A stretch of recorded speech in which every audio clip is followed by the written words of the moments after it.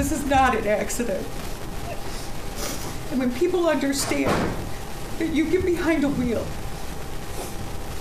you turn that key, you load the gun. When you start driving, you aim that gun.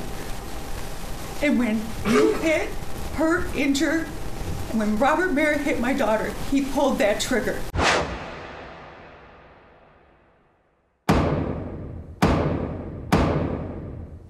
I'm just devastated right now. A father now heartbroken. In one fell swoop, his wife and 3 of his kids now gone. A drunk driver taking the life of 4 as they were heading back home from a furniture shop in North Harris County. The district attorney's office stated that a drunk driver who murdered a family of 4 in a tragedy was sentenced to 4 life terms. Daniel Canada was traveling from Longview to Houston in March of 2021 and was apparently hitting speeds of 100 miles per hour on FM 2920. Around 8:20 p.m., he collided with a car driven by Porsha Branch. Canada's blood alcohol level was about double the legal limit, according to court papers, and a test revealed marijuana and Xanax in his system. He escaped the collision with minor injuries. Meanwhile, Branch's car caught fire in a 7-car pileup, killing her and her 3 boys, Drake, 7 months, Messiah, 2 years old, and King, who was 5 years old. District Attorney Kim Ogg described the case as heartbreaking after a court sentenced Canada to 4 life terms. This comes after he was convicted in a 3-week trial on 4 charges of intoxication manslaughter. We've been advised that the life sentences would be served consecutively. We have more drunk driving deaths between Thanksgiving and New Year's Day than any other month of the year, Ogg added. This heartbreaking case demonstrates how a single person's irresponsibility and poor decisions can result in the deaths of multiple people, including children. Mr. Schroeder, on behalf of Mr. Navarro, wait for the arraignment, advisement of rights, reading of the charges. Plead not guilty, deny all allegations, including any special allegations, if there are any. Yes. Thank you. A young man was sentenced to 25 years to life in prison for running down a Long Beach couple and their 3-year-old kid on Halloween night 2019. Carlo Andrian Navarro was convicted of 3 charges of murder and 3 counts of gross vehicular manslaughter while drunk in connection with the deaths of Joseph Aweda, who was 30 years old, Rayhan Dakil Aweda, 32 years old, and their son Omar. The accident happened about 9:55 p.m. on October 31st, 2019, between Country Club Drive and Los Cerritos Park Place. That night, Joseph Aweda died. The couple's son died on November 2nd, and his mother died the next day. Navarro, who was 20 at the time of the accident, apologized to the victims' families in court, saying, "I wish I could bring them back, but I can't." He told the court that his greatest dread was confronting the victims' families, knowing that I'll never be able to give you guys back what you lost. I am truly sorry, he said.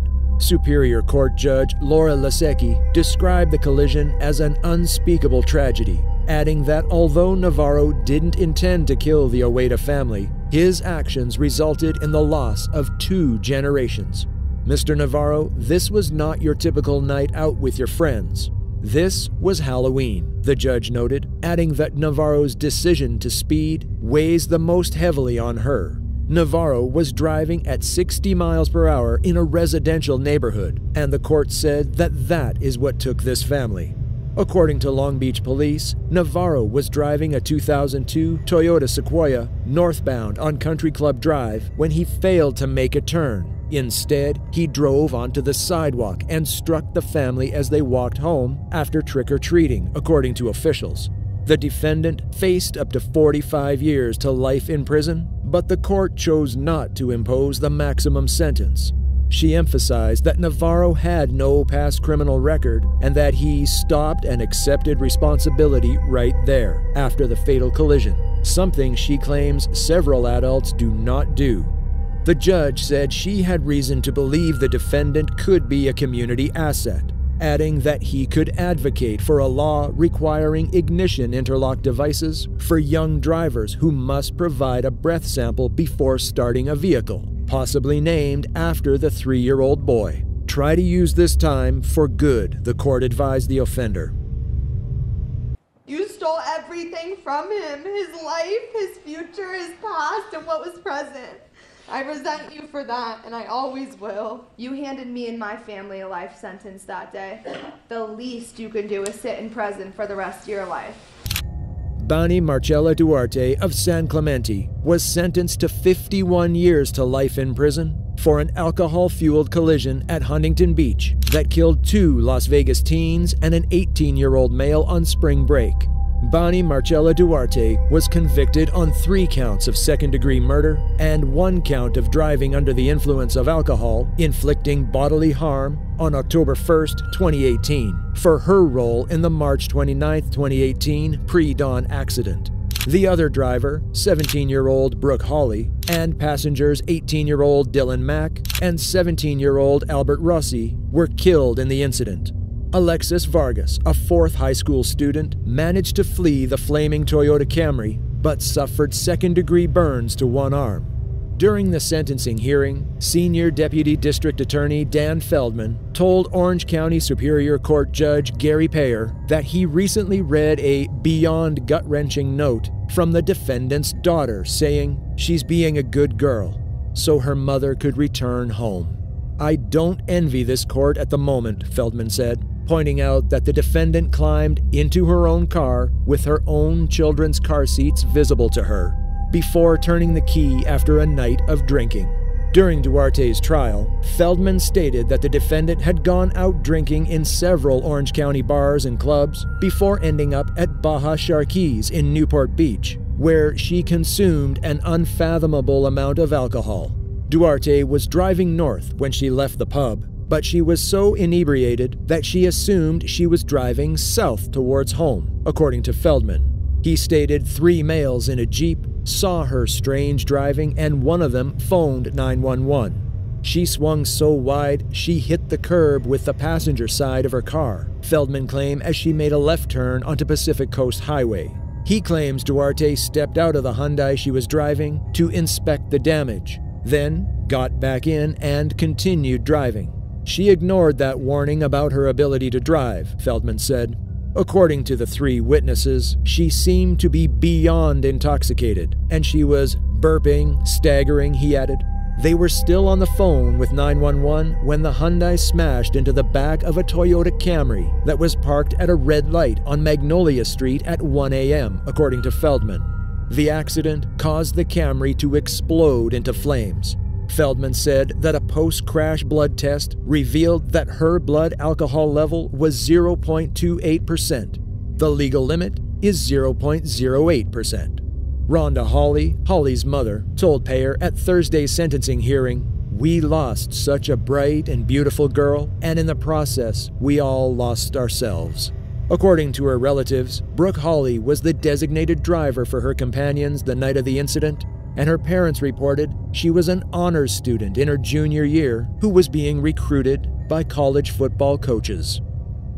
Merritt was driving drunk on Middle Belt near Goddard when he hit Mia head-on. Reports show his blood alcohol level at the time was 0.14. It's been over a year and a half since a drunk driver killed a high school senior. The Romulus man behind the wheel was punished for the fatal incident.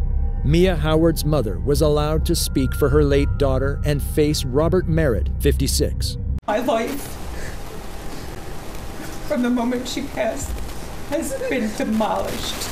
My family's life, her friends, the community. Merritt will spend the next 6 to 15 years in prison as part of a plea agreement for the murder of Mia Howard, 17, on September 22, 2021. Merritt was driving inebriated near Goddard on Middle Belt when he collided with Mia.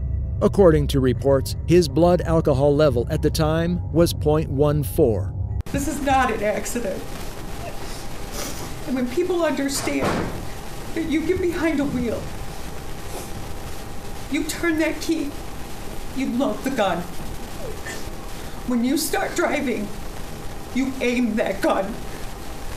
And when you hit, hurt, injured, and when Robert Merritt hit my daughter, he pulled that trigger. Faith, Mia's cousin, was also hurt. They had been hanging out earlier, as they often did.